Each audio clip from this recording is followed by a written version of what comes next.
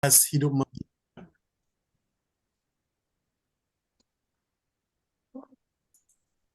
Community of Monastery yang mengatakan komunitas hidup membiara itu dibangun di atas dasar doa bersama, milik bersama, hidup bersama. Jadi komunitas itu dibentuk oleh doa bersama, oleh milik bersama, oleh hidup bersama. Jadi komunitas dibentuk atas dasar kebersamaan. Dan itu mengandaikan kesehatian. Orang yang sehati sejiwa, dia dapat membangun kebersamaan dalam doa, dalam milik, dalam hidup bersama. Dan dengan demikian terjadilah komunitas hidup membiara. Tapi bahwa karena ini masalah kesehatian, maka komunitas itu tidak dapat dibangun atau diruntuhkan oleh tembok. Walaupun kita tinggal dalam ruangan berbeda, dalam jarak yang berbeda, tapi komunitas itu tetap terbentuk. Jadi komunitas itu bukan soal kita ada dalam satu ruang, kita ada dalam satu biara, tapi soal kita sehati, sejiwa, sehingga walaupun kita tinggal di tempat yang berbeda, kita tetaplah sebuah komunitas. Jadi komunitas menurut Benediktus itu terjadi oleh kesatuan hati. Lanjut.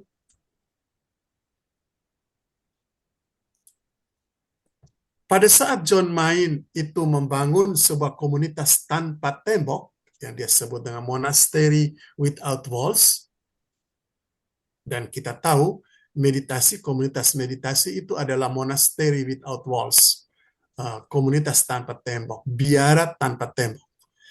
Ia mengatakan bahwa komunitas ini dibangun di atas dasar pengalaman akan Allah dalam meditasi.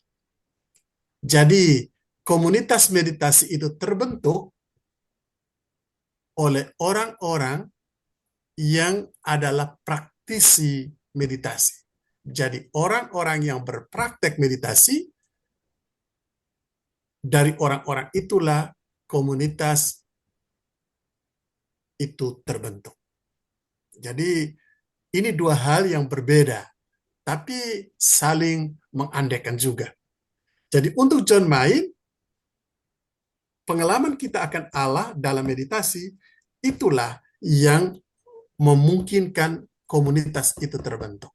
Maka tepatlah kalau selalu dikatakan oleh John Main, meditation creates community. Jadi meditasi menciptakan komunitas.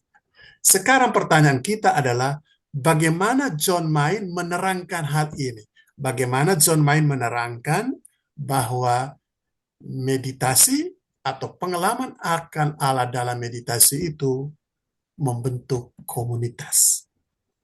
Ini pertanyaan untuk kita renungkan. Lanjut.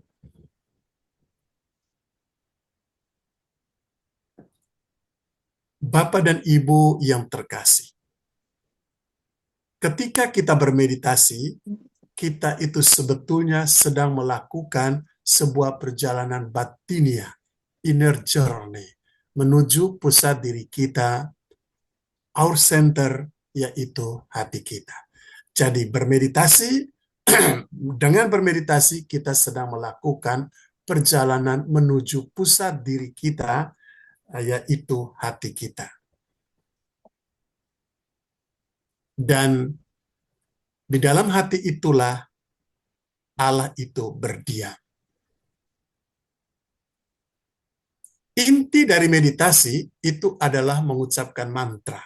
Say your mantra. Ini adalah 3 kata emas dari John Main berkenaan dengan praktek meditasi. Ketika setiap kali kita mengucapkan mantra, kita seakan sedang berjalan menuju pusat diri kita, tempat di mana Allah berdiam dalam keheningan ilahi. Jadi, Bapak dan Ibu, kita bayangkan di dalam hati kita, pada titik pusat dari hati kita itu Allah berdiam. Allah berdiam di dalam batin kita, dalam pusat diri kita. Tapi Allah berdiam di dalam batin, dikelilingi dalam lingkungan yang disebut dengan divine silence, keheningan batinia. Jadi Allah ada di dalam pusat diri kita, dia di dalam lingkungan dikelilingi oleh keheningan ilahi. Lanjut.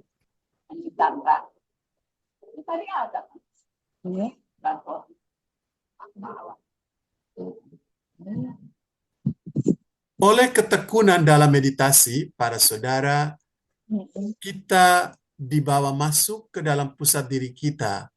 Kita sampai kepada Allah batinia. Kita masuk ke dalam pengalaman berada bersama Allah dalam hati kita. Nanti ditutup.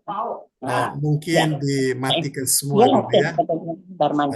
Ibu Silva, di mute-kan dulu. Nah, mungkin Ibu Siska, Ibu Silva, mute-kan semua. Baik. Jadi, dengan ketekunan kita dalam bermeditasi, kita dibawa masuk ke pusat diri kita, kita berjumpa dengan Allah batinia. Kita masuk dalam pengalaman berada bersama Allah dalam hati kita. Kita masuk dalam pengalaman kontemplatif. Dengan mengucapkan mantra, kita seakan melangkah ke dalam. Dan ketika kita sampai di dalam kedalaman diri, hati kita, kita berjumpa dengan Allah. Kita mengalami kehadiran Allah. Jadi, kita memperoleh pengalaman akan Allah dalam keheningan hati kita, dan itu dicapai oleh praktek meditasi. Praktek meditasi membawa kita masuk dalam pengalaman akan Allah. Pengalaman akan Allah dalam meditasi inilah yang membentuk komunitas. John Main menerangkan demikian. Pengalaman akan Allah ini secara misterius itu mengubah kita. Transformasi terjadi, kita berubah. Hidup kita mulai diwarnai oleh buah-buah roh. Sederhananya demikian, para saudara. Ketika kita melangkah ke dalam dengan mengucapkan mantra itu, kita sampai ke pusat diri kita, kita ketemu dengan Allah batinia. Kadangkala orang menerangkan, ketika kita menyentuh titik pusat, dengan Allah ada di dalamnya, terjadilah sebuah ledakan. Kita membayangkan Allah, kehadiran Allah dalam diri kita itu semacam sebuah dinamit. Kalau kita berjalan dan kita sampai ke sana, kita menyentuh Allah yang ada dalam diri kita, maka dinamit itu meledak. Terjadilah ledakan, lalu manusia lama kita diporak-porandakan. Muncul manusia baru. Diledakannya manusia lama dan munculnya manusia baru, itulah disebut pengalaman transformasi. Kita berubah. Manusia lama kita itu lenyap, muncul sekarang manusia baru kita. Manusia baru yang diwarnai oleh kehidupan penuh dengan buah-buah roh. Kasih, kemurahan hati, kelemah Ini Mas lembutan, Kakak ya Pak. Pokoknya yang kasih kesabaran. kode-kode aja. Ibu Silva mungkin mute-kan semua ya. Mute-kan semua karena teman-teman kita apa di-mute-kan semua kecuali saya.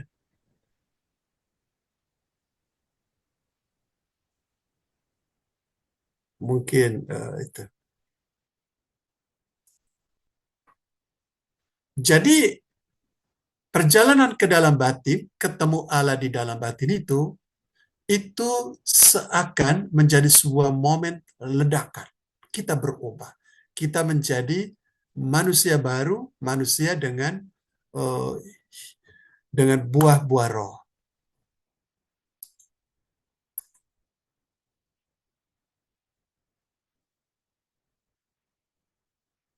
Pada saat itu, Bapak dan Ibu yang terkasih, pada saat itu mantra itu bergema secara penuh.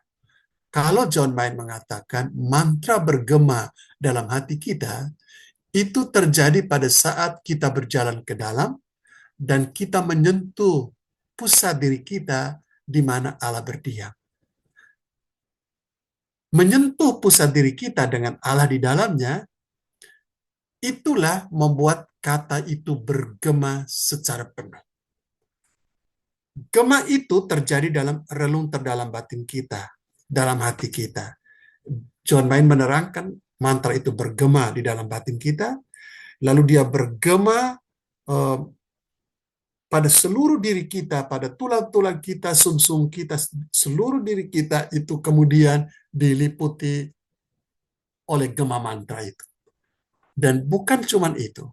Ketika saya dalam diriku itu bergema mantra itu, dan mantra itu bergema dalam seluruh diriku, pada saat itu juga mantra yang bergema dalam diriku itu bergema keluar,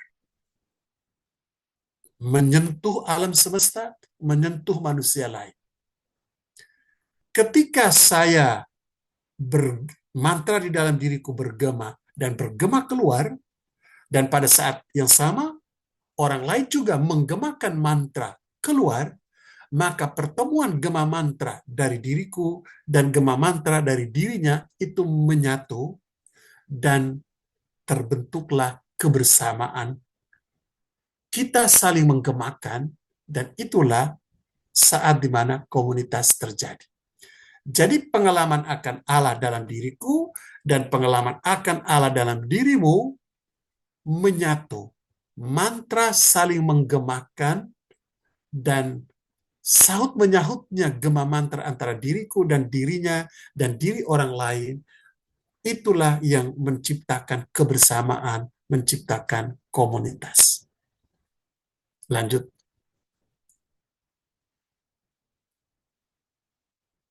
Tatkala masing-masing kita menggemakan mantra yang oleh John Mayer disebut sakramentalia, tanda dan sarana kehadiran ilahi, maka terjadilah sebuah pertemuan gema kehadiran Allah. Pertemuan ini menjadi sebuah kesatuan yang disebut komunitas.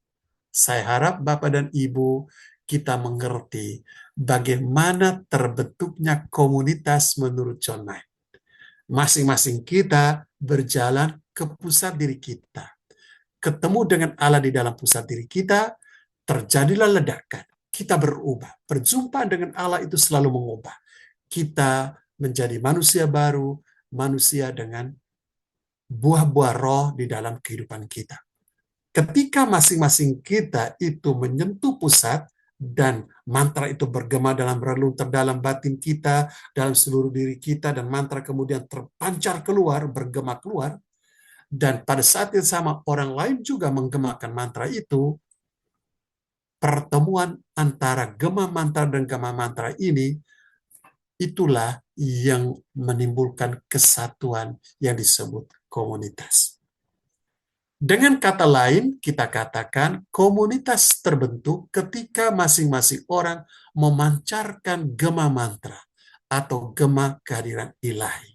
Itulah sebabnya mengapa John Mayer melihat pengalaman akan Allah secara personal, pribadi, menjadi pengalaman bersama akan Allah yang sama. Pengalaman saya akan Allahku dan pengalamanmu tentang Allahmu itu menjadi pengalaman kita bersama. Kita mengalami Allah yang sama. Disinilah kita memahami kata-kata komunitas dibangun di atas dasar pengalaman akan Allah. Meditation creates community. Lanjut. Jadi dengan demikian, Bapak dan Ibu yang terkasih, saya sudah menerangkan bagaimana komunitas Kristiani terbentuk. Yaitu terjadi ketika masing-masing orang memancarkan gema mantra. Pertemuan antara gema mantra itu artinya gema, karena mantra itu adalah tanda kehadiran Allah, berarti gema dari kehadiran Allah dalam diriku dan gema dari kehadiran Allah dalam dirimu itu saling menyatu, membentuk kesatuan, dan terjadilah komunitas. Oke. Itu kurang lebih supaya kita paham bagaimana John Main menerangkan terjadinya komunitas Kristen. Bapak dan Ibu yang terkasih. Pada poin kedua ini, saya mau bicara tentang pentingnya komunitas. Tentang pentingnya komunitas.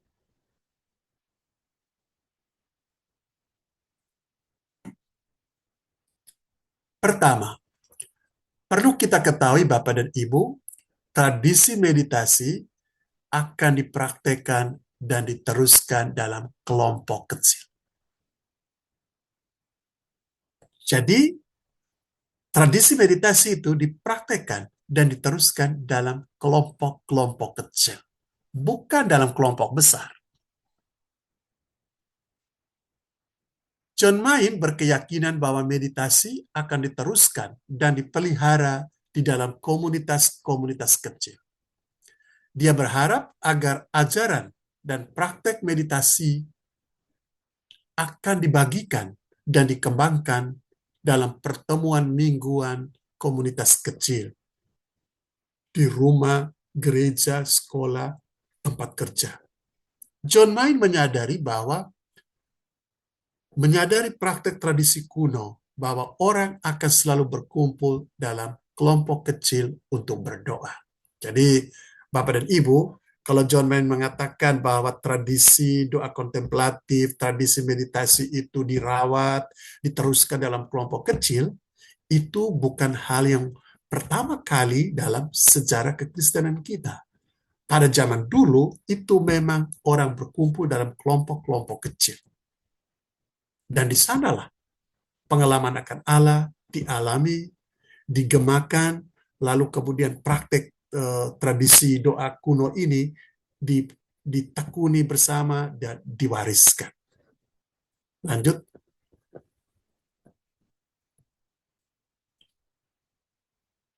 Kedua, komunitas meditasi itu adalah komunitas iman. John Main melihat bahwa perkembangan tradisi kontemplasi hingga dewasa ini bersumber pada komunitas iman dan juga ibadat yang ada di jantung gereja perdana. Jadi ini adalah sebuah komunitas iman, komunitas yang terdiri dari orang-orang yang beriman akan Yesus. Maka disebut komunitas iman. Dan juga komunitas dari orang-orang yang melakukan ibadat, doa bersama. Dan itu memang ada dalam jantung gereja perdana. Orang Kristen perdana berkumpul untuk berdoa dalam kelompok-kelompok kecil di rumah secara bergilir.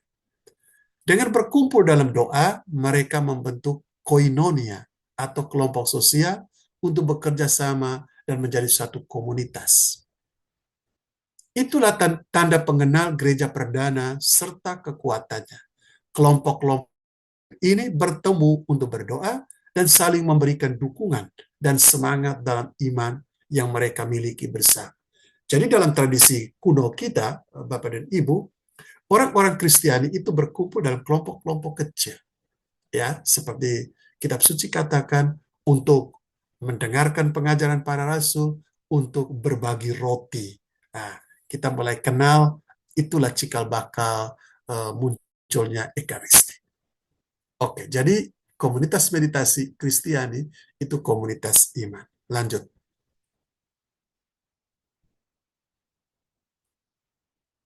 Akar kelompok kecil dalam sejarah. Tidak dapat disangsikan bahwa menurut sejarahnya, ajaran spiritualitas itu berakar dalam tradisi kelompok kecil.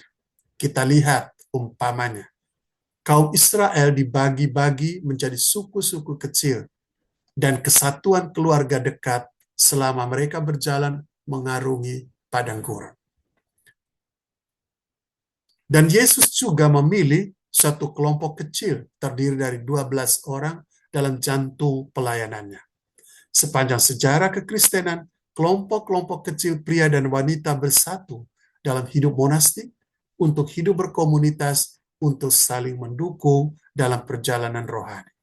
Maka rupanya para saudara, sangat sesuai kalau orang yang berdoa secara kontemplatif dalam abad ke-21 ini akan datang berkumpul dalam kelompok kecil untuk saling mendukung dalam ziarah yang mereka lakukan bersama. Lanjut. Jadi yang barusan kita katakan itu kita diajak untuk melihat bahwa dalam sejarah itu orang berdoa dalam kelompok-kelompok kecil. Bangsa Israel dibagi dalam kelompok-kelompok kecil dalam 12 suku, ya, dalam 12 suku. Sesuai dengan 12 anak Yakub itu. Lalu kemudian Yesus memilih kelompok kecil 12 orang. Nanti kita akan tahu dalam pembaharuan kehidupan rohani, kelompok-kelompok kecil atau orang-orang, 1-2 orang, dan bukan banyak orang, itu menjadi penggerak dari gerakan reformasi. Kelompok kecil membaharui arti spiritualitas.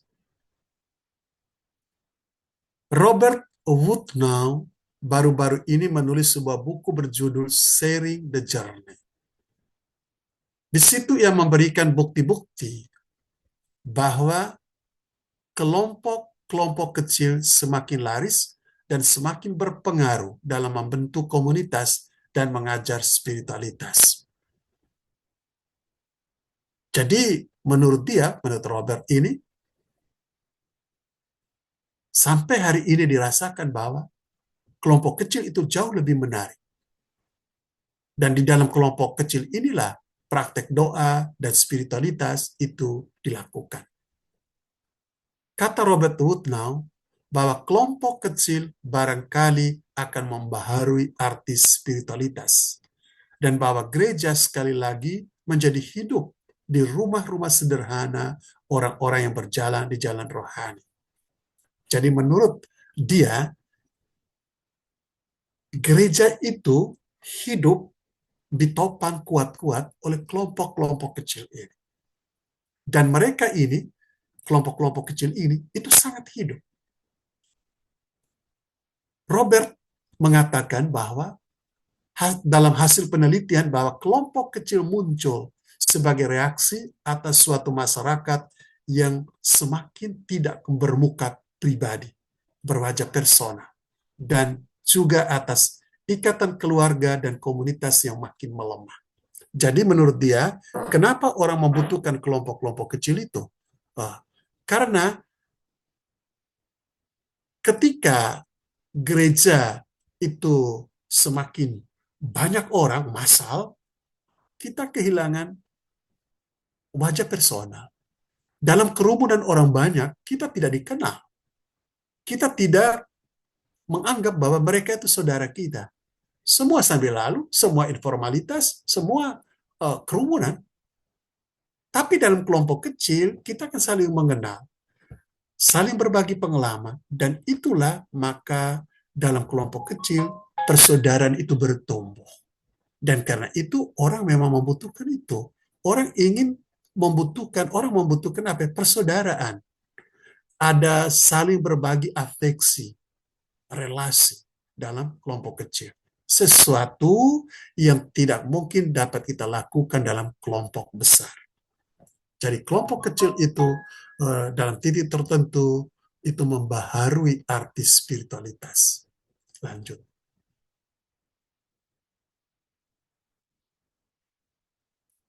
Mengapa orang yang mau bermeditasi itu bertemu dalam kelompok? Bapak dan Ibu yang terkasih, jantung dari kelompok meditasi adalah sharing keheningan bersama. Itu jantungnya. Jadi dalam 1 jam atau 1,5 jam pertemuan meditasi kita, pertemuan mingguan, intinya jantungnya itu adalah keheningan diam dalam meditasi itu sendiri. Ini alasan pertama mengapa secara spontan orang-orang di seluruh dunia mulai membentuk kelompok kecil untuk bersama-sama bermeditasi setiap minggu. Daya kekuatan meditasi bersama berasal dari firman Yesus, di mana 2 atau 3 orang berkumpul dalam namaku, di situ aku ada di tengah-tengah mereka. Nah, itu kata-kata Yesus dalam Matius bab 18 ini menjadi fondasi bagi terbentuknya dorongan untuk membentuk kelompok-kelompok kecil meditasi itu. Lanjut. Inilah alasan utama untuk berkumpul bersama seminggu sekali. Ini seakan-akan orang yang mau bermeditasi secara spontan menyadari bahwa perjalanan ini sulit ditempuh seorang diri. Ini suatu perjalanan yang menjadi lebih ringan kalau diadakan bersama orang lain. Jadi, orang mengalami bahwa perjalanan spiritual ini memang personal, tetapi kalau dilakukan sendirian menjadi sangat sukar. Perjalanan ini haruslah perjalanan bersama untuk saling menopang satu sama lain. Memang benar, tidak ada orang yang dapat bermeditasi menggantikan kita. Kita masing-masing harus bermeditasi.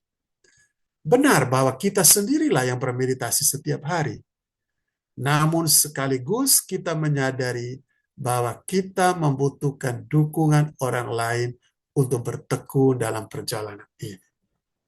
Perjalanan ke dalam batin, Bapak dan Ibu perlu kita ketahui, menurut Dag Hammarskjöld, Dag Hammarskjöld itu orang Swedia, jadi Perdana Menteri, menjadi Sekjen PBB yang meninggal dalam satu perjalanan penerbangan ke Kongo, Afrika. Lalu dia meninggal, tapi orang menemukan catatan harian. Dalam catatan harian itu terungkap bahwa Sekjen PBB kita ini adalah seorang mistikus. Satu hal yang dia katakan dalam catatan harian itu, dia mengatakan, perjalanan ke dalam batin adalah perjalanan yang paling panjang. Maka perjalanan ini memang menjadi sulit. Kita butuh orang lain untuk membantu, untuk menolong kita. Perjalanan ini perjalanan personal, tapi sekaligus komunal. Jadi, saya sendiri, tetapi juga berarti bersama orang lain. Maka, para saudara, ada ungkapan, vocation, panggilan itu, untuk melakukan perjalanan itu, vocation itu selalu berarti convocation, berarti panggilan bersama. Oleh karena itu, kita tetap membutuhkan dukungan orang lain. Bersama orang lain melakukan perjalanan yang amat panjang itu. Lanjut.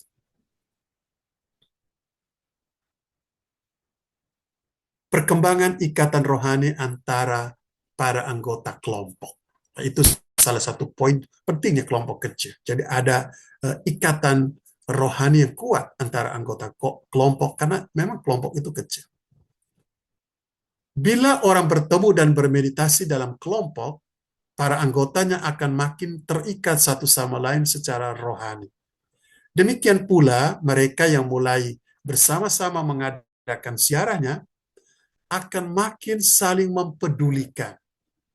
Kelompok meditasi itu benar-benar suatu komunitas iman. Sama seperti orang-orang Kristen dulu mengalami hidup berkomunitas pada zaman Santo Paulus. Jadi ini perkumpulan dari orang-orang yang sungguh beriman. Tanpa iman, dorongan untuk itu tidak ada, dorongan untuk ada bersama. Maka, seperti dikatakan tadi, pengalaman akan Allah lah yang membentuk komunitas, kebersamaan kita. Ketika orang tidak punya pengalaman akan Allah secara pribadi, maka sukar bagi dia untuk masuk dalam kebersamaan. Together with other people. Itu sulit. Karena apa? Dia tidak punya fondasi pengalaman personal akan Allah. Tapi kalau kita yang melakukan meditasi, masing-masing kita diandaikan punya pengalaman pribadi akan Allah. Pengalamanku, pengalamanmu, pengalaman orang lain, kita masing-masing punya pengalaman akan Allah ini, kemudian ada semacam tarik-menarik, menyatu, membentuk satu kesatuan. Itu muncullah komunitas rohani, meditasi. Lanjut. Cara kelompok berkumpul membantu pemula-pemula belajar bagaimana harus bermeditasi. Orang baru dapat diterima sebagai anggota setiap saat. Pengalaman membuktikan juga bahwa orang yang belum pernah bermeditasi sebelumnya akan bergabung pada kelompok yang mulai di satu daerah baru. Kelompok baru mengundang orang baru untuk mengikuti pengajaran. Jadi setiap saat itu orang baru itu diterima untuk menjadi anggota satu kelompok. Lanjut.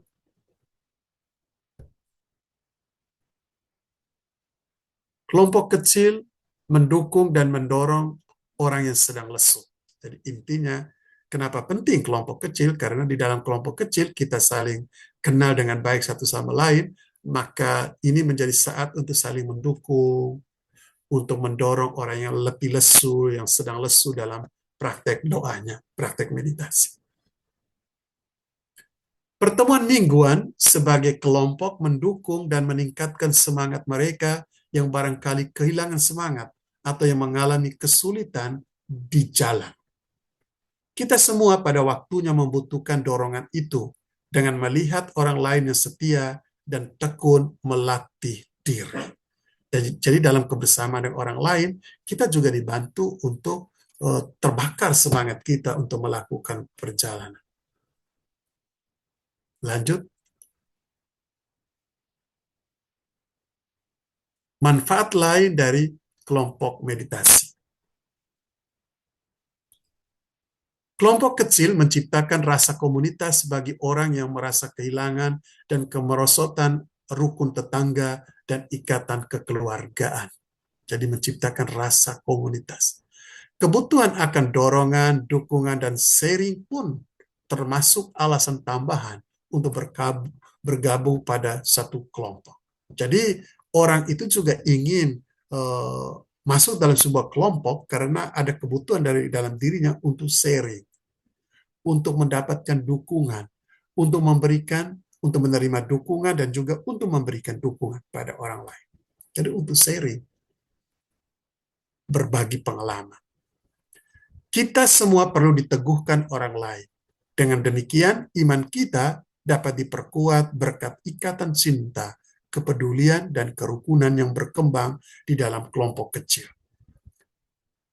Nilai dasar baik rohani pun insani dibagikan dalam acara kelompok dan kemudian persahabatan berkembang. Jadi hal-hal rohani bahkan juga hal-hal insani itu terbagikan, saling berbagi di dalam kelompok kecil. Sehingga persahabatan di antara orang-orang dalam satu kelompok kecil itu memang berkembang. Kalau kelompok besar itu susah. Dalam kelompok besar itu kita itu anonim, tidak dikenal, sambil lalu formalitas. Tapi dalam kelompok kecil, perjumpaan kita menjadi intens, kita kemudian saling kenal satu sama lain. Lanjut.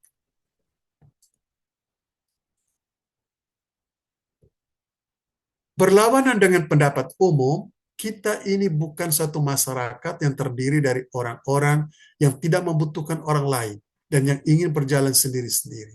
Tetapi sebaliknya, kita adalah orang-orang yang membutuhkan kebersamaan dan yang mampu mengadakan ikatan kebersamaan untuk saling mendukung. Jadi kita ini adalah orang-orang yang memang butuh kebersamaan, bantuan, semangat dari orang lain. Maka kita kemudian tahu bahwa kelompok kecil itu amat dibutuhkan. Lanjut.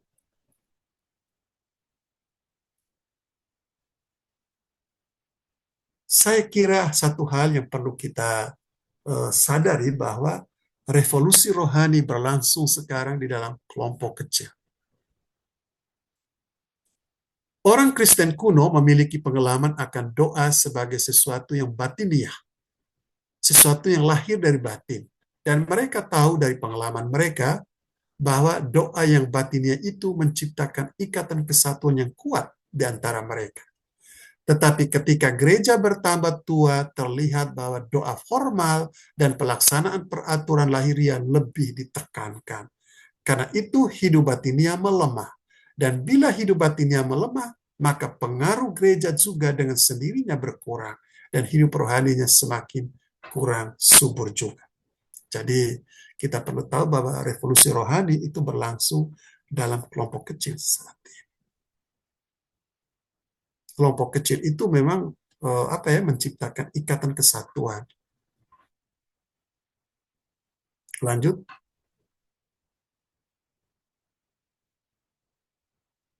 Dewasa ini di dalam acara kelompok kecil, kita mulai memakai kembali doa yang membimbing kita dari kepala kepada hati, dari perpecahan kepada kesatuan, dari ketersendirian kepada kepedulian. Inilah revolusi rohani yang dewasa ini sedang berlangsung di seluruh dunia. Jadi John Main mengatakan revolusi rohani itu terjadi ketika orang yang biasanya doa sendiri sekarang ingin doa bersama. Yang tidak peduli pada orang lain sekarang mulai peduli pada orang lain. Nah, dan itu merupakan buah dari sebuah revolusi rohani ya pada abad ini dalam kelompok-kelompok kecil. Lanjut.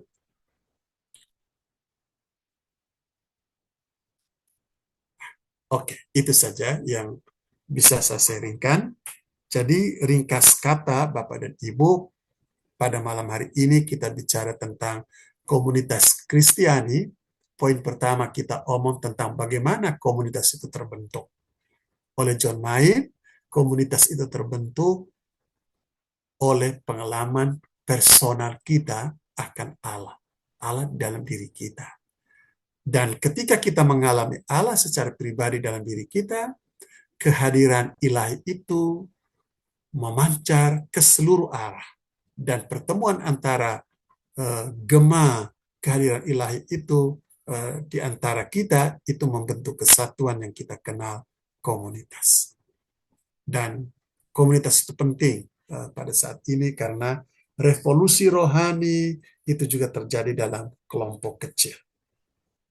Perubahan-perubahan, transformasi dalam hidup bermasyarakat juga itu terjadi dalam kelompok kecil. Gerakan-gerakan revolusioner itu juga terjadi dalam kelompok-kelompok kecil, bukan dalam kelompok besar. Maka kita dalam meditasi Kristiani, kita memang didorong untuk masuk dalam kelompok-kelompok kecil. Nomor 1 itu kelompok kecil. Ya, 10 orang, 20 orang, bahkan kurang dari itu. Jadi oleh karena itu, Bapak dan Ibu yang terkasih, baiklah kita belajar untuk mencintai kelompok kecil, kelompok-kelompok meditasi kita. Di sanalah kerohanian kita diharapkan bertumbuh, keakraban dibangun, relasi satu sama lain juga menjadi lebih dekat. Baik, itu satu dua hal yang ingin saya sharingkan kepada Bapak dan Ibu pada kesempatan ini.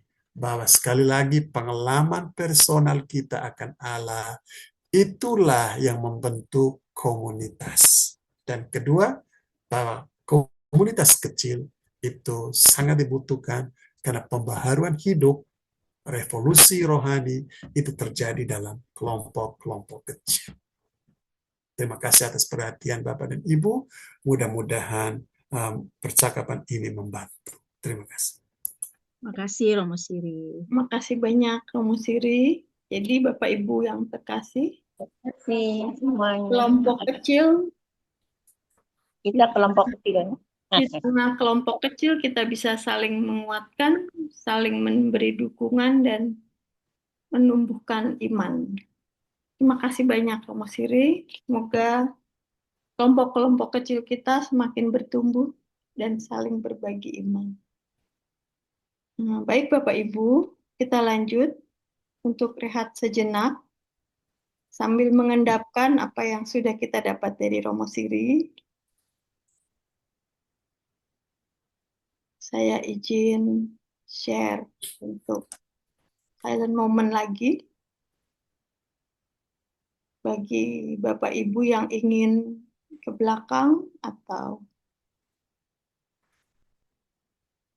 ingin melanjutkan catatan-catatannya buat pertanyaan-pertanyaan kepada Romo Siri, dipersilakan mengirimkan pertanyaannya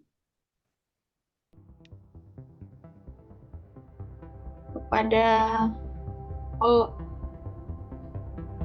pertanyaan kalau chat pada pertanyaannya.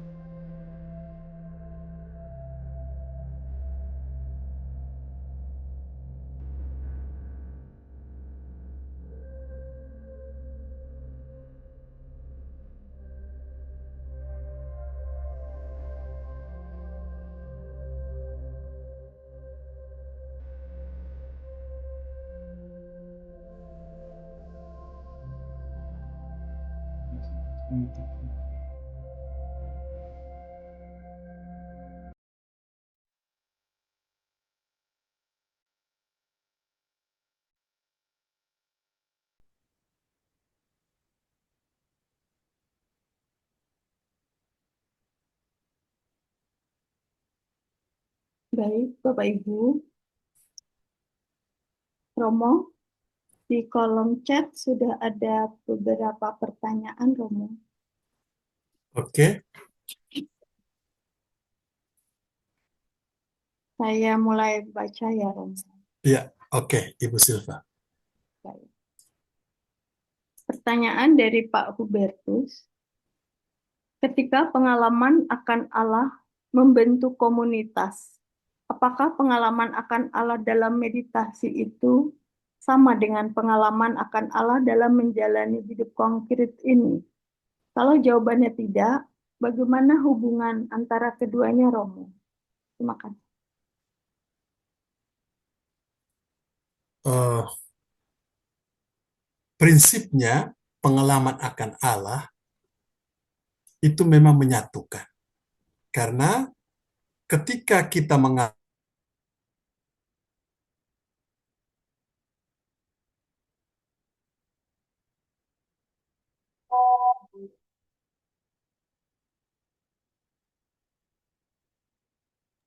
pokok anggur yang sama. Nah, pengalaman akan Allah itu memang selalu menyatukan. Jadi komunitas itu bisa jadi dalam pengalaman akan Allah di luar praktek meditasi. Nah, tapi secara istimewa pengalaman akan Allah dalam eh, pengalaman akan Allah dalam praktek meditasi itu memang secara spesifik mengarahkan kita untuk bersatu semakin erat karena begini, karena eh, apa perjalanan ke dalam batin dalam doa hening itu memang dirasakan berat untuk diadakan sendirian. Jadi mau tidak mau kita membutuhkan orang lain. Jadilah kelompok. Jadilah kelompok. Kita bermeditasi bersama. Komunitas itu dalam arti yang paling dalam itu terwujud pada saat masing-masing orang punya pengalaman akan Allah berkat keheningan itu. Jadi maksudnya begini, Ibu Silva. Kita tahu bahwa untuk bermeditasi kita tidak bisa sendiri. Kita membutuhkan teman. Karena perjalanan ini sebuah perjalanan rohani yang berat. Maka bermeditasilah Ibu Silva, Ibu Feve, Bapak Nano, dan sebagainya. Waktu kita bermeditasi bersama, ikatan antara kita itu belum kuat. Kita itu hanyalah dibilang orang-orang yang berkumpul bersama untuk berdoa. Orang-orang yang berkumpul bersama untuk berdoa. Meditasi. Tapi ketika perjalanan rohani ini kita lakukan, personal dan together dengan orang lain, dan itu membawa kita kepada pengalaman akan Allah, maka pengalaman akan Allah itulah yang sejatinya yang membuat kita terikat satu sama lain. Karena pada saat itu saya sudah nyantol pada induk, pada pokok anggur, pada saat itu juga yang orang lain juga nyantol pada pokok anggur yang sama. Oleh karena itu, menurut John Main, komunitas itu terjadi pada saat kita masing-masing punya pengalaman akan Allah. Ketika kita duduk bersama, awal-awal sebelum ada pengalaman personal masing-masing, kita adalah orang-orang yang berkumpul. Belum terjadi kesehatian, itu belum ada. Kita sudah ada. Jadi kita itu sama seperti kalau dalam bahasanya Santo Benediktus yang saya kutip tadi, kita itu sama seperti orang-orang yang sedang berada dalam ruangan yang satu dan sama, disatukan oleh empat tembok itu. Tapi kita belum membentuk komunitas. Kita itu hanyalah orang-orang yang ada bersama, orang-orang yang berkerumun. Tapi ketika kita masuk dalam pengalaman akan Allah oleh keningan yang kita tekuni itu, saya sudah punya pengalaman, ibu juga sudah punya pengalaman, dia juga sudah punya pengalaman. Pada saat itu community terjadi. Karena pada saat itu saya nyantolkan diriku pada pokok anggur Yesus, ibu juga nyantolkan diri pada pokok anggur Yesus, orang lain juga nyantolkan diri pada pokok anggur Yesus. Kita kemudian terjalin satu sama lain karena Yesus itu. Jadi, pengalaman akan Allah itu adalah pengalaman di mana kita kemudian menyantolkan diri pada Yesus sebagai cabang. Begitu, pokok anggur. Baik. Semoga jelas ya Pak Hubertus. Terima kasih Romo. Ya. Romo, pertanyaan Bisa, bisa Romo. Boleh saya langsung menanyakan lagi. Selamat malam. Silakan Pak. Selamat malam Romo, terima kasih banget sekali. Saya ingin tadi, memang betul bahwa pengalaman akan Allah itu membentuk komunitas. Ya. Betul. Tapi persoalannya adalah apakah pengalaman Allah dalam keheningan, dalam meditasi, itu sama dengan pengalaman akan Allah dalam menjalani hidup konkret ini.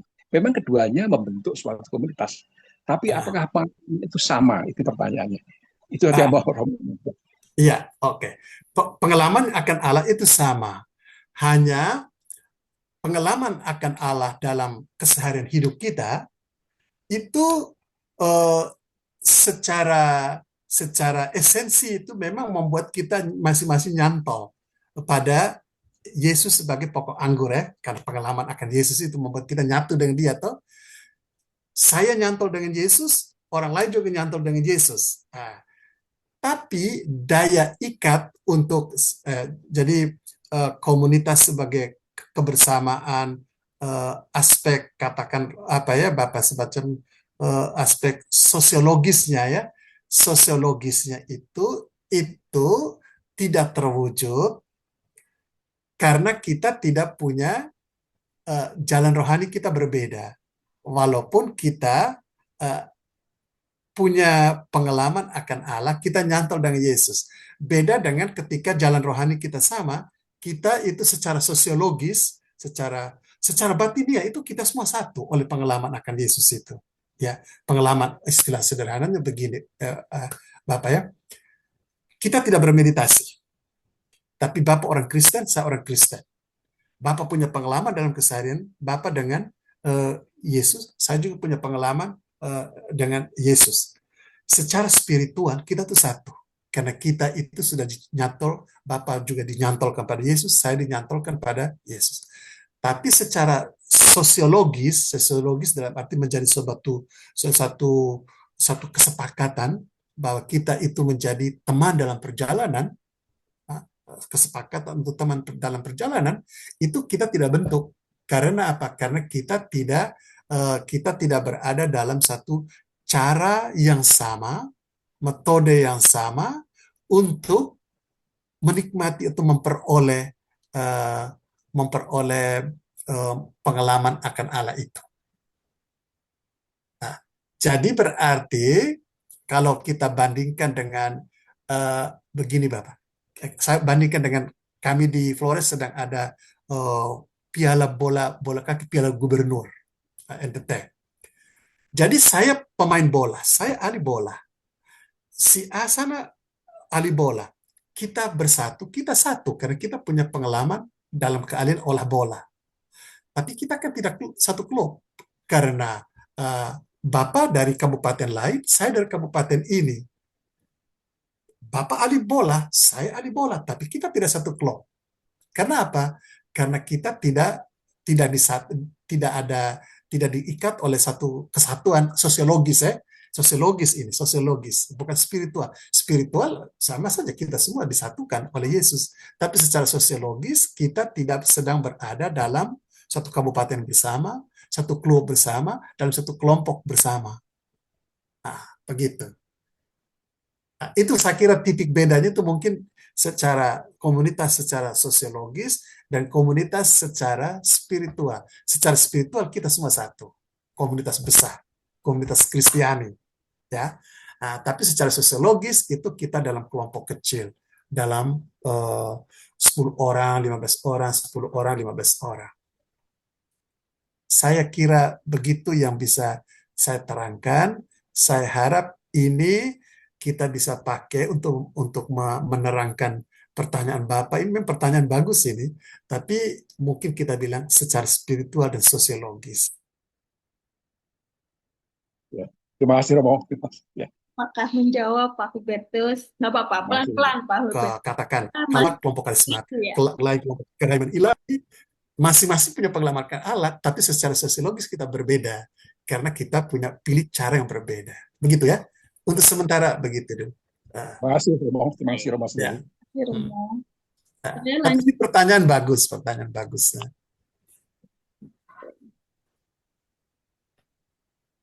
Lanjut pertanyaan kedua Romo dari Ya.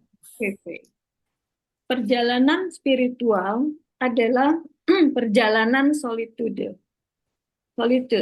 sendirian. Jadi, bagaimana dengan komunitas?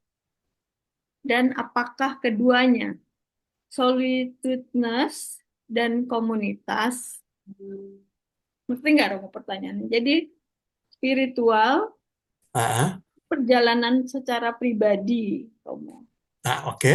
Nah, lalu bagaimana dengan perjalanan spiritual kita di dalam komunitas? Oke. Jadi Kaitan keduanya. Ya, perjalanan spiritual memang personal. Itu saya dengan Tuhan. Tapi perjalanan spiritual kita dengan Tuhan itu tidak pernah membuat kita terpisah dari orang lain. Tidak pernah membuat kita terpisah dari orang lain. Jadi perjalanan ini personal, tapi sekaligus komuniter. Nah, jadi personal sekaligus komuniter. Nah, Tuhan memanggil kita pribadi, tapi untuk melakukan perjalanan bersama. Ya. Dia memanggil Petrus, ya. Dia memanggil Yohanes, ya. Tapi dia tidak memanggil Petrus sendirian untuk dekat dengan dia, juga tidak memanggil Yohanes sendirian untuk dekat dengan dia. Tapi dia memanggil mereka pribadi, tapi supaya bersama-sama mereka membentuk sebuah kebersamaan, community. Jadi sehingga pengalaman akan Allah itu memang selalu bersisi dua. Personal ya, tapi juga selalu komuniter. Maka oleh karena itu kalau John Main mengatakan meditation itu personal. Creates community, itu together. Community itu together. Jadi berarti pengalaman pribadi itu membentuk pengalaman bersama. Kalau disederhanakan kurang lebih begitu. Pengalaman pribadi itu membentuk pengalaman bersama. Begitu. terima kasih Romo. VV, semoga jelas ya. Ya. Baik, saya lanjut. Terima kasih. Ya. Saya lanjut Romo. Pertanyaan dari Ibu Yeni Monica. Nah, Malam Romo. Mau tanya bagaimana caranya membangkitkan rasa ingin terus berkumpul dalam kelompok kecil tersebut tanpa memperdulikan adanya konflik di dalamnya. Dalam pandangan setiap orang pasti tidak sama, sehingga akan ada konflik-konflik kecil yang mematahkan semangat bermeditasi. Jadi saya ingin tahu, siapa tahu Romo ada pengalaman akan hal begini, bagaimana meningkatkan kerinduan berkumpul dengan teman kelompok. Terima kasih Romo. ya, memang apa ya? Ya memang real bisa begitu. Bisa saja terjadi begitu, tapi itu kan sebetulnya apa ya? Dua hal yang bertentangan. Kita omong tentang pengalaman akan Allah, perjalanan personal kita akan Dia, Tapi pada saat yang sama kita omong tentang konflik. Konflik itu dengan perjalanan untuk menuju pengalaman akan Allah, ya, yang menjadi dasar terbentuknya komunitas. Konflik itu adalah halangan serius terhadap perjalanan untuk menyatu dengan Tuhan, pengalaman akan Allah. Itu mendapat tantangan serius dari konflik itu.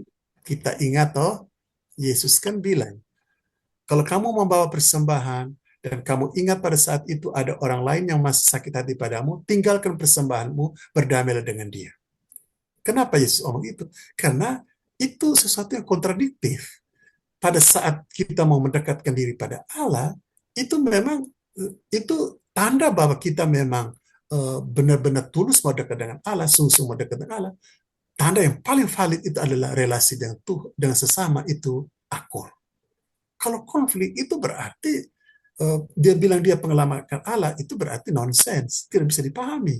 Bagaimana kita omong tentang pengalaman akan Allah, sementara pada saat sama kita merawat konflik. Itu berarti dalam perjalanan pengalaman personal akan Allah, itu terjadi harus ada healing proses terhadap semua konflik dan luka. Sebab semakin orang dekat dengan Tuhan, mestinya proses penyembuhan dari keterpisahan, konflik, dengan luka dengan orang, itu mestinya teratasi, tersembuhkan. Gitu.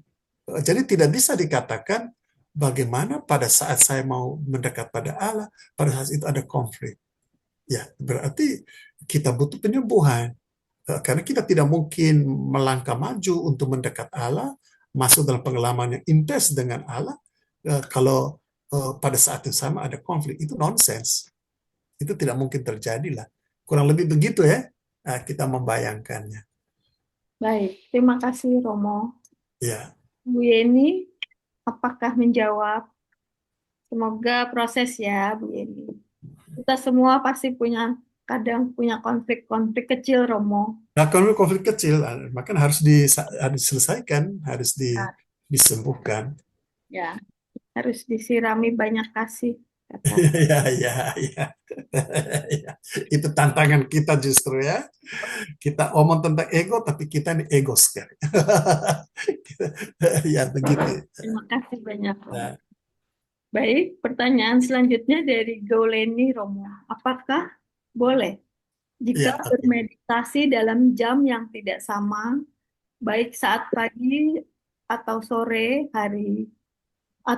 hari, apakah kalau stop bermeditasi pagi dan sore dimulai dengan, apakah kalau setiap bermeditasi pagi dan sore dimulai dengan doa pembuka dan diakhiri dengan doa penutup? Apakah boleh jika hanya bisa jalankan meditasi 1 kali setiap sore jika sedang sibuk atau berhalangan? Ini bukan soal boleh atau tidak boleh, tapi ini soal katakan tidak ideal. Nah, jadi tidak ideal. Jadi boleh tidak boleh kan itu mengandaikan ada orang yang mengizinkan dan tidak mengizinkan, membolehkan tidak. Jadi ini bukan soal boleh tidak boleh, tapi soal bahwa idealnya itu memang 2 kali sehari. Tapi kalau seandainya memang ada kesulitan tidak bisa 2 kali sehari, oke, 1 kali sehari, tetapi itu tidak ideal. Kalau tidak ideal, tentu efek yang diberikan kepada hati kita juga ya beda dengan yang 2 kali sehari.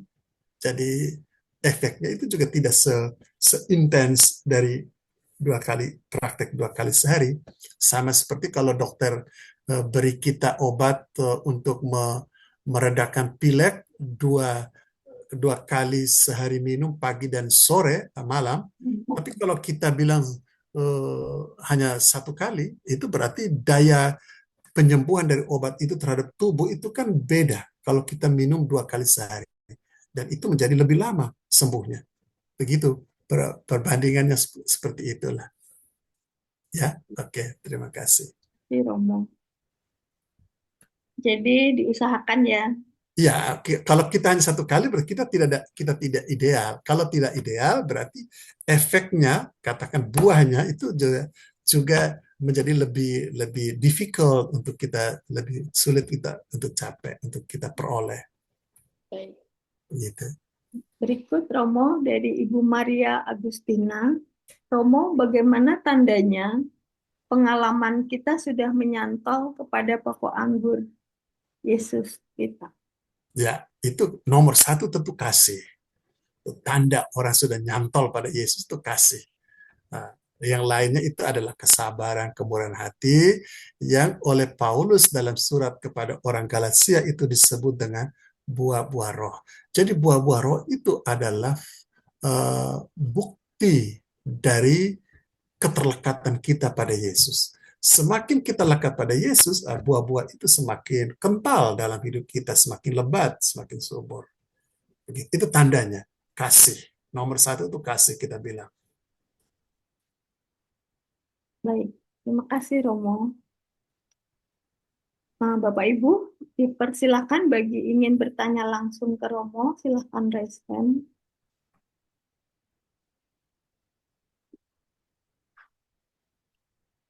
Dari Ibu Yeni, terima kasih Romo. Dari Ibu Goleni, terima kasih Romo atas jawabannya. Oh, silakan Ibu Pengbuan. Romo ada yang Iya. Malam Romo, terima kasih.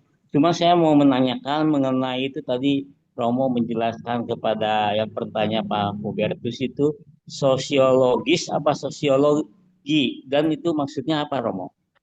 Ya, artinya secara sosiologis itu, Terima kasih.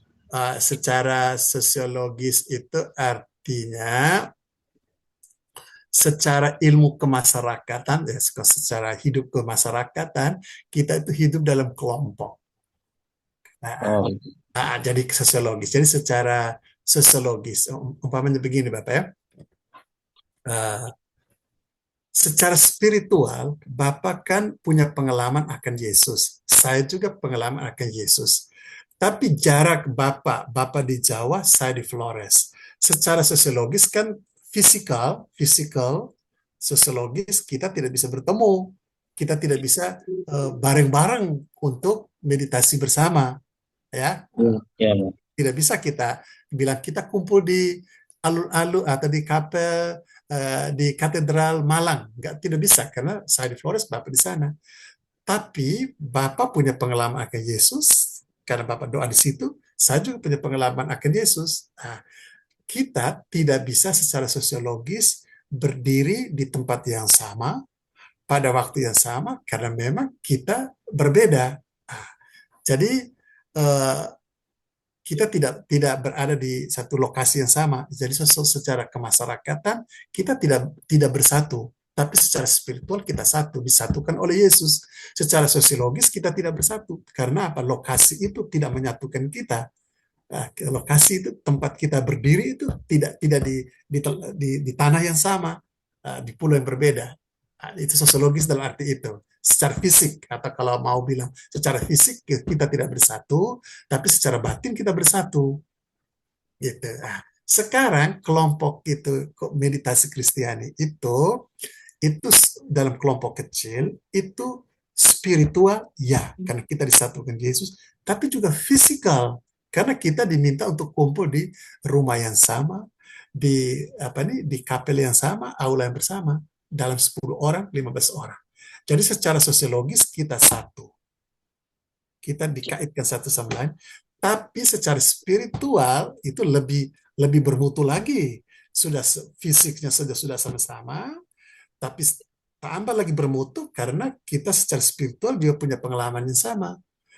Tapi orang yang sudah ada bersama di satu tempat, secara sosiologis bersatu, belum tentu bisa membentuk komunitas kalau hatinya hanya tubuhnya ada sama-sama, tapi hatinya tidak bersatu. Ya, hatinya tidak sejalan, tidak seia sekata. Nah, itu memang akan sulit. Begitu. Baik Romo, makasih atas penjelasan. Baik Bapak. Untuk sementara begitu dulu ya.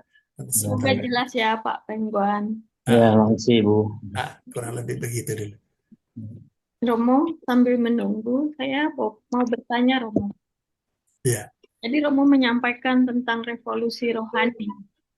Nah, di zaman sekarang ini kan revolusi rohani terlihat yang tambah berdoa Romo.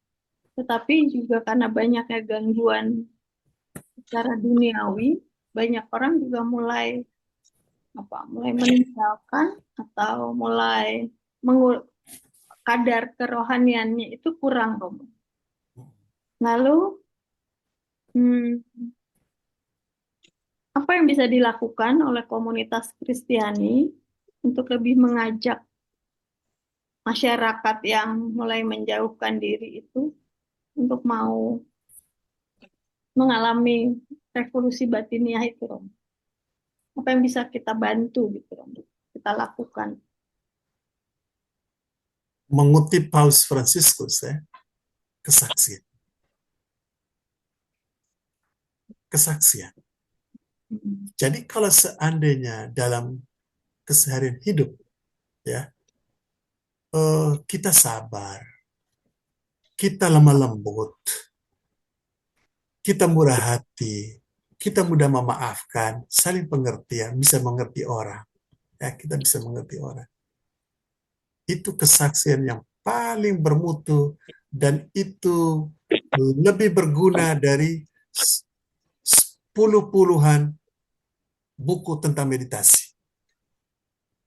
Nah, jadi bagaimana kita bisa menarik orang? Kita beri kesaksian. Cara kita menghadapi soal, cara kita menghadapi perbedaan pendapat, cara kita itu meyakinkan orang bahwa ada sesuatu yang membuat dia bisa begitu. Dan saya tertarik dengan itu. Saya ingin kalau seandainya terjadi perbedaan, saya tidak mercak-mercak. Saya tidak bengang-bengong. Saya dengan lembut hati, dengan sabar, bahkan juga dengan kuasa pengampunan, saya bisa mengerti orang lain. Nah, kalau itu yang saya tunjukkan terus-menerus, saya pikir itu Ya, caranya untuk meyakinkan, untuk menarik orang. Memang kerja lamban tidak bisa serta-merta, tapi memang proses itu harus dilalui. Begitu ya, Ibu Silva. Baik, Romo. Terima kasih. Maka doa kita itu, Ibu Silva, doa kita adalah Tuhan, semoga hidup saya menjadi kesaksian yang baik bagi orang di sampingku. Dalam rumahku, di lingkunganku, di tempat aku bekerja, saya dikenal sebagai murid Yesus yang punya kualitas batin. Ya. Dan itu kita tidak bisa bohong.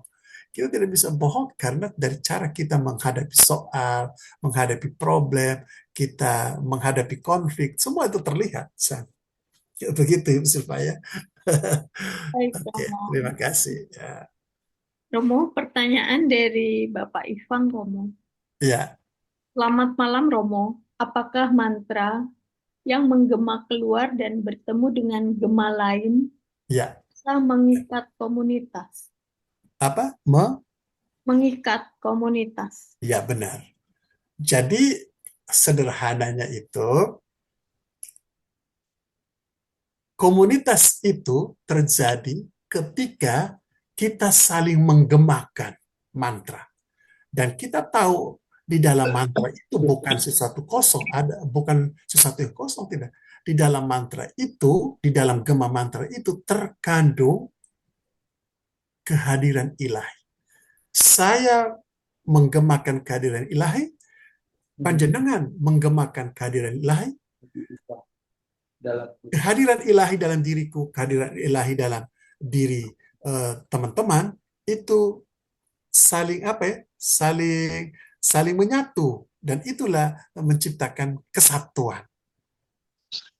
Chemistry ya, orang bilang chemistry ya, chemistry kan begitu.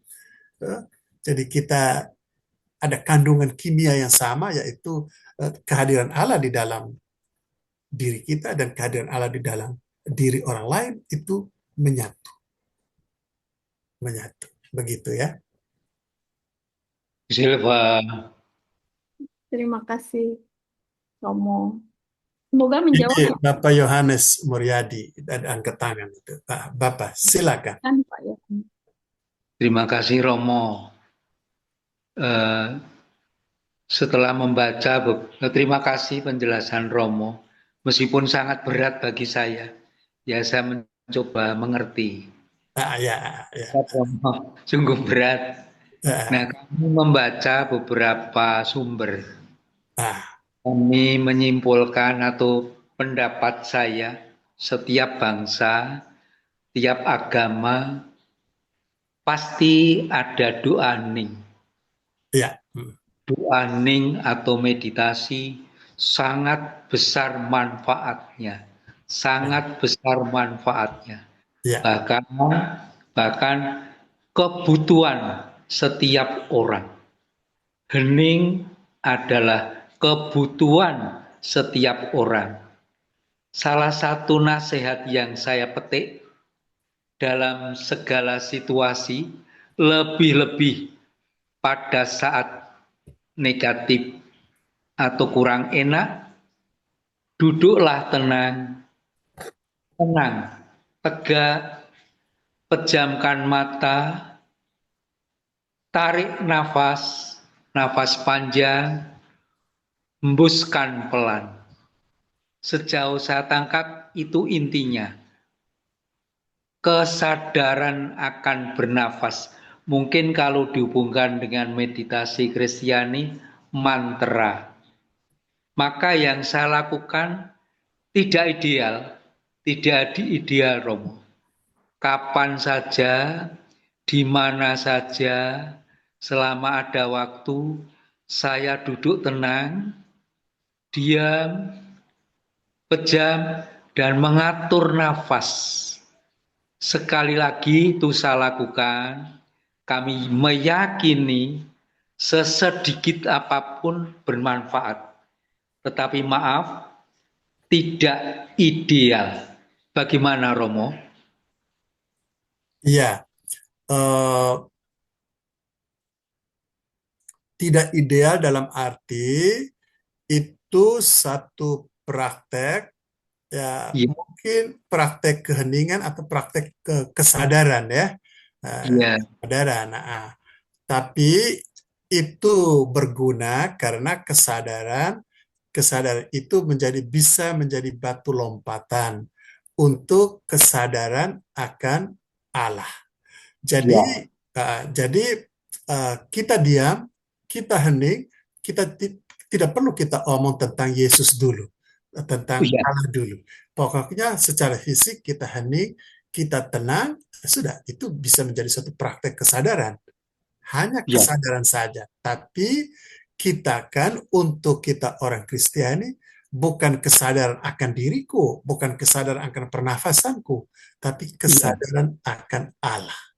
Tapi kesadaran akan pribadi tentang akan nafas, kesadaran akan tubuh, itu bisa menjadi instrumen yang bagus untuk kesadaran akan Allah. Begitu. Jadi kalau Bapak Yohanes Mulyadi bilang itu baik, memang itu baik. Itu memang satu latihan kesadaran. Tapi belum menjadi kesadaran akan Allah. Kesadaran akan Allah itu latihan, itu seperti kita meditasi, itu kita hening, kita tenang, kita diam, itu menjadi pengantar yang baik untuk kemudian sadar akan Allah. Jadi meditasi itu tujuannya sadar akan Allah, bukan hanya sekadar sadar akan nafas, sadar akan diri, sadar akan tubuh, tidak. Itu dibutuhkan, tapi itu semacam preparasi untuk sadar akan Allah. Begitu. Terima kasih Romo. Ya. Terima kasih. Iya, saya baru sampai kepada itu bahwa meditasi bermanfaat yang pertama untuk semua orang. Ya, untuk semua orang. Doa ning meditasi bisa menyembuhkan jiwa dan raga. Ya. Saya baru sampai situ. Ya. Sampai situ. Nah, mudah-mudahan Allah berkenan. Baru begitu. Maaf ya. Ya. Tapi dengan mengucapkan datanglah Yesus, itu dia meningkatkan kesadaran dari hanya sekedar kesadaran nafas menjadi kesadaran akan dia. Nah, jadi mantra kita itulah yang membuat kita, yang membawa kita untuk sampai pada kesadaran akan Allah. Tapi soal duduk diam, bernafas dengan tenang, itu membawa kita pada level fisik, ya, belum sampai kepada level ilahi. Tapi mantra, menggunakan mantra Kristiani itu yang membawa kita nanti ke sana. Begitu ya. Terima kasih Romo. Nah, terima kasih Bapak sharingnya. Baik Romo, ini ada satu pertanyaan lagi. Romo, bagaimana aktivitas keseharian kita? Aktivitas pun sekalipun siarek gitu, aktivitas rohani tidak mengalahkan relasi pribadi kita dengan Tuhan. Bagaimana caranya atau hal-hal apa yang perlu diubah di dalam berkomunitas, di dalam komunitas Kristiani, di mana aktivitas tidak mengalahkan relasi pribadi dengan Tuhan.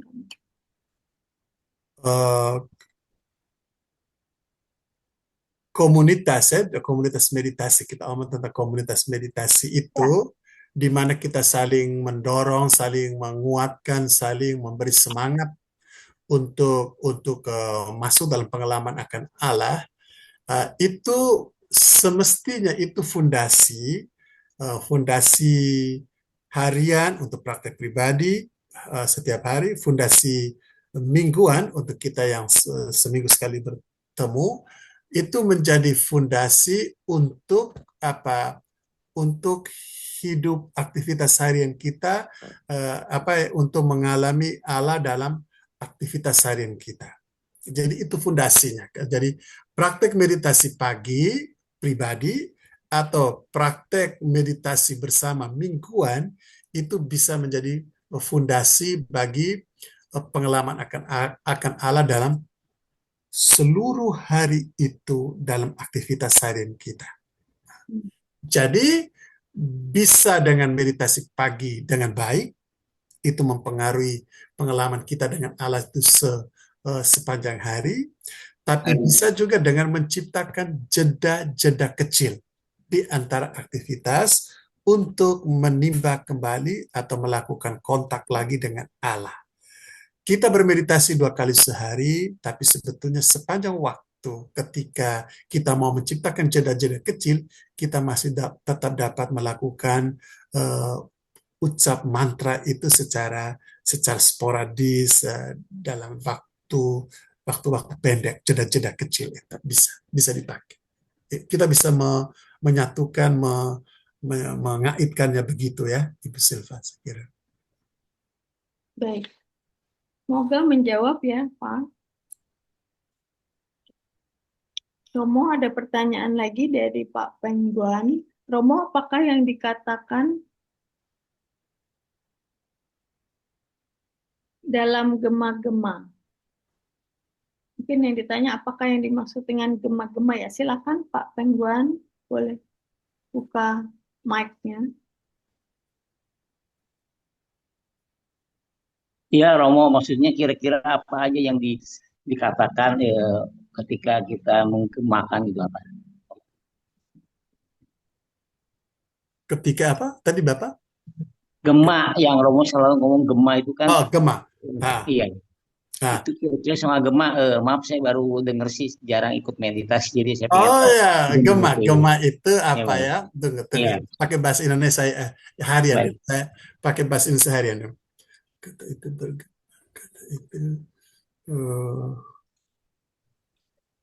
gaung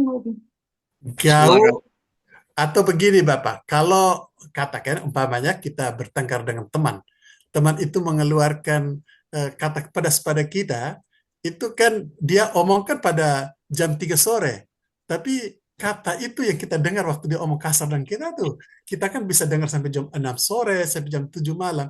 Itu namanya apa? Kata itu terngiang. Terngiang. Jadi Bapak pakai kata terngiang saja. Jadi kalau kita mengucapkan kata itu dengan baik, mantra ya. Mantra itu kan kata doa toh, jadi itu kata John Main itu semacam sebuah sakramentalia. Jadi semacam sakramen kecil di mana Allah hadir di dalamnya. Nah, kalau saya apa tadi kata apa saya pakai tadi? Terngiang ya. Kalau Iya, saya mengucapkan Bapak, saya mengucapkan terus-menerus setengah jam pagi, setengah jam sore, kata itu kan terngiang. Nah, kata itu terngiang dalam, jadi istilah terngiang dalam telinga saya, dalam benak saya, lalu dalam hati saya, dalam seluruh diri saya. Jadi kata itu terngiang, kita bergaung, bergema, terngiang, lalu kemudian dia terpancar keluar. Kata itu terpancar keluar. Bukan hanya ke dalam diriku, tapi dia punya gaung itu sampai terdengar keluar, menyentuh pohon, menyentuh manusia lain. Pada saat yang sama, manusia lain juga terngiang kata itu dalam benak pikirannya, dalam hatinya, lalu memancarkan keluar juga gemanya itu, gaungnya itu bergema keluar. Kita baku padu. Jadi gema saya dan gema yang dipancar oleh Bapak itu bertemu. Bertemu. Jadi dan gema itu bukan gema suara kosong, gema itu full the presence of God, penuh dengan kehadiran Tuhan. Maka terjadilah kesatuan. Kita bersatu dan komunitas terjadi itu karena itu.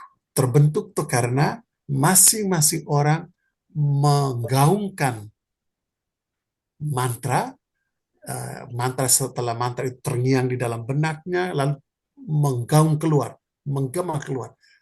Lalu perpaduan pertemuan dari gema-gema itu yang penuh dengan kehadiran Tuhan itu, itulah kemudian terjadilah komunitas. Sehingga John Main mengatakan komunitas itu dibentuk oleh pengalaman akan Allah melalui peristiwa tergemanya mantra-mantra dalam praktek kita masing-masing itu.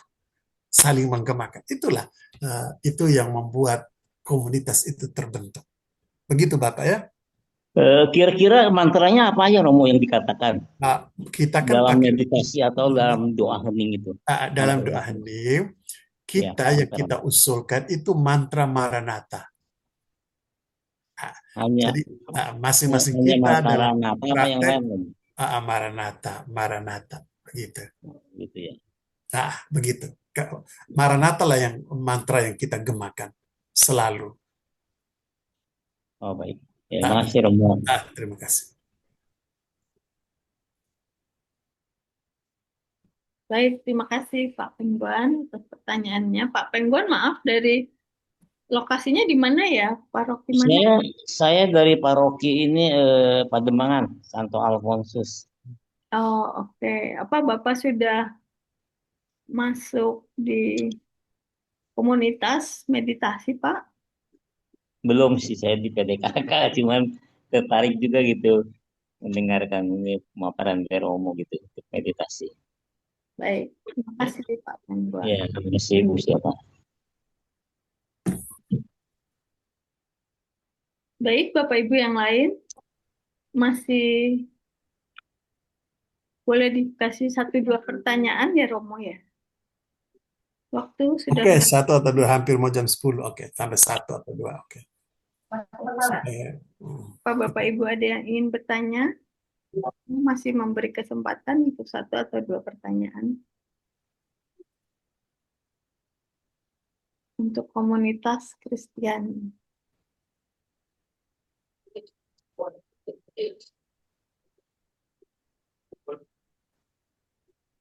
Ibu Susana ingin bertanya? Belum dulu, Bu Silva. Oh, baik. Baik. Kalau sudah tidak ada pertanyaan, kita lanjutkan saja ya Romo. Ya. Bapak Ibu, kita akan berfoto bersama. Boleh dibantu untuk membuka kameranya dan berikan senyuman yang terbaik sebagai tanda komunitas kita. Satu.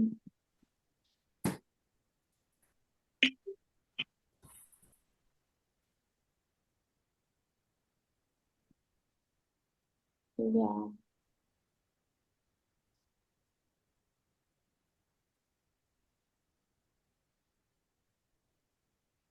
Sudah. Tiga. Bu Silva. Ya. Terima kasih Bu Silva, Pak Romo Siri. Terima Terima kasih. kasih Romo Siri, Bu Silva, Bu Terima kasih ya. Sudiati. Sampai ketemu ya. Jumpa. Terima kasih Romo, Bu Terima Silva. kasih. Terima kasih. Terima kasih Romo. Terima kasih ya. Selamat malam, Terima selamat kasih, Romo. istirahat, Tuhan Selamat berkati. malam, Terima kasih. berkat Selamat malam, dalam. Romo. Terima kasih. Ana, selamat malam. Terima kasih Bu Silva. Ya. Selamat malam Romo. Selamat beristirahat. Romo Siri, terima kasih. Dan Bu Silva, terima kasih. Ya, terima kasih. Sampai ketemu. kami mengucapkan terima kasih Bapak Terakhir Ibu ya. sumbangan untuk tali Minggu kasih depan masih ada 1 kali lagi ya. ya. Untuk pertemuannya masih sudah program 12 langkah ini terakhir Ibu. Ini terakhir. Ini terakhir hari ini. Oh, iya. Untuk minggu depan tetap akan ada pertemuan Rutin, pertemuan rutin Jumatan. Yang rutin ya. Ya. Dan kita ketemu lagi minggu depan dalam pertemuan rutin hari meditasi. kita belum menutup doa penutup Doa penutup. Ya, dan Ya. akhiri dengan berkat dari Romo ya Romo. Oke, Ya, Rom. Ibu Silva mulai saja. Baik, mari kita satukan hati. Kita arahkan rasa syukur kita kepada Tuhan. Semoga kelompok meditasi ini menjadi rumah spiritual yang sejati bagi yang membutuhkannya. Seorang sahabat di saat kesepian, penghiburan bagi yang mengalami tekanan. Semoga mereka yang berdoa di sini dikuatkan oleh Roh Kudus untuk melayani semua yang datang dan menerima mereka sebagai Kristus sendiri. Di dalam keheningan ruangan ini, semoga semua yang menderita, korban kekerasan dan tekanan batin di dunia ini, menemukan kekuatan yang menghibur, membaharui, dan memberi semangat. Semoga keheningan ini menjadi kekuatan untuk membuka dan melembutkan hati kita semua, baik laki-laki maupun perempuan, kepada citra Allah. Sehingga dengan demikian saling mengasihi, mengalami damai, berlaku adil, sesuai dengan martabat manusiawi. Semoga keindahan dari kehidupan ilahi memenuhi setiap hati mereka yang berdoa di sini dengan harapan dan kegembiraan. Semoga meringankan masalah manusia dan meninggalkan saat ini dengan bersyukur atas anugerah hidup yang telah diterima.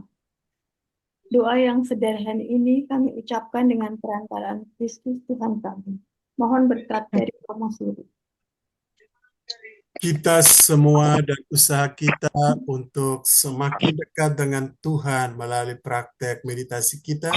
Kita diberkati Allah yang Maha Kuasa, Bapa dan Putra dan Roh Kudus. Amin.